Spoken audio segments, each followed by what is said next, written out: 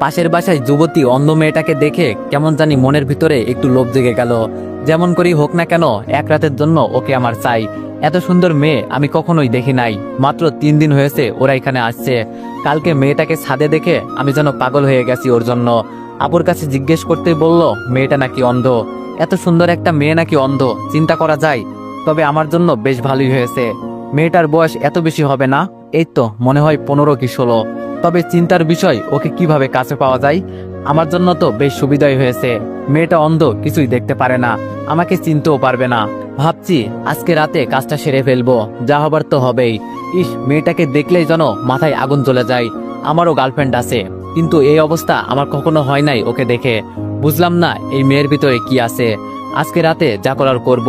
আমি জানি ও তো আমাকে চিনতে পারবে না। কাজটা আমার জন্য আরো সহজ হয়ে গেল। দেখতে দেখতে রাত হয়ে গেল। ওদের বাসার কাছে একটা আম গাছ আছে, ওইটা দিয়ে আস্তে আস্তে উপরে উঠে গেলাম। কিন্তু চিনবো কি করে মেয়েটার রুম? ওই তো একটা রুমে মিটমিট করে আলো জ্বলছে। লাফ দিয়ে জানালার কাছে চলে গেলাম। জানালা খুলতেই দেখি হাত কেটে রক্ত পড়ছে। তাতে আমার কিছু আসে যায় না। হাতের দিকে না তাকিয়ে ভিতরে চলে গেলাম। মেয়েটা টেবিলের কাছে বসে কি জানি লেখার চেষ্টা করছে। মাথাটা ঘুরে গেল। এটা কি কোনো মেয়ে নাকি স্বর্গের পরী? আজকে আমি ওকে খুব কাছে থেকে পাবো, ভাবতেও যেন অনেকটাই ভালো লাগছে। মানুষ বলে কোনো মেয়ের সাথে জোর করে শারীরিক সম্পর্ক করলে সেটা নাকি